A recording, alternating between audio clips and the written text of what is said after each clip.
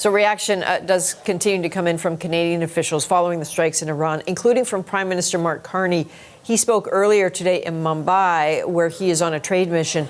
Carney says Canada supports the actions taken by the United States. Have a listen. Canada's position on the developments in the Middle East remains clear. The Islamic Republic of Iran is the principal source of instability and terror throughout the Middle East.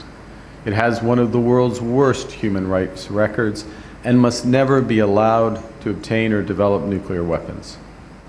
Canada supports the United States acting to prevent Iran from obtaining a nuclear weapon and to prevent its regime from further threatening international peace and security.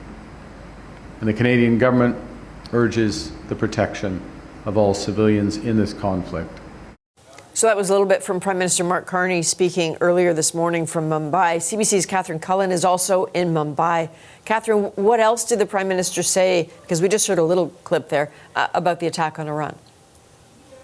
He talked about Iran's numerous opportunities to de-escalate the situation, Adrian, and he did say in question, part of a Q&A he did with a journalist, in a serious conflict, you have to make choices. I think that's an interesting remark because it could certainly apply to the United States, the decision to engage in this attack. At the same time, it may well be of application ultimately to the Canadian government, saying in a fashion, there is a choice to make here. We are choosing to back the United States because just up until this moment, in fact, hours, well, minutes, in fact, before this attack took place, Foreign Affairs Minister Anita Anand was telling reporters here in Mumbai that if in the case of a U.S. attack, what were her thoughts on a possible U.S. attack, which was going to come just minutes later, that the ideal was a negotiated solution at a table, that was something Canada was always going to favor. So Canada has indeed made a choice here, backing the United States. Again, that call to protect civilian lives. He also said he's had a series of discussions with both the Minister of Foreign Affairs and he talked about the President as well about the possibility of this happening in recent weeks. That said, he was very clear that Canada was in no way involved in any of the actions we're seeing here. So we wait to see how Mark Carney and other allies, follow the situation as it evolves. The question about what will happen to the Iranian people, the conflict itself, but Mark Carney making it pretty clear that the Canadian government is supporting the United States actions in all of this. Indeed. I mean, a lot's moving really quickly. We understand that an emergency meeting of the UN Security Council has been called for later this day. So we will be hearing from more people. But it wasn't long after the Prime Minister made a statement that we heard from Conservative leader Pierre Poilievre, who weighed in. What did he say?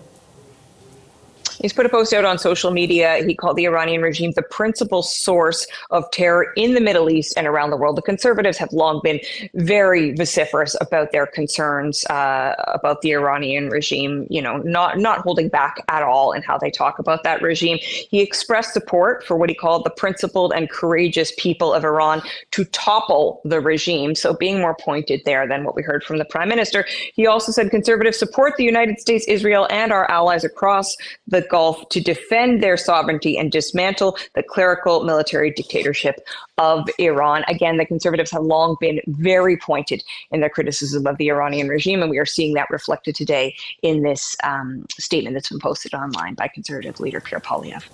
Okay, thank you. That is CBC's Catherine Cullen in Mumbai.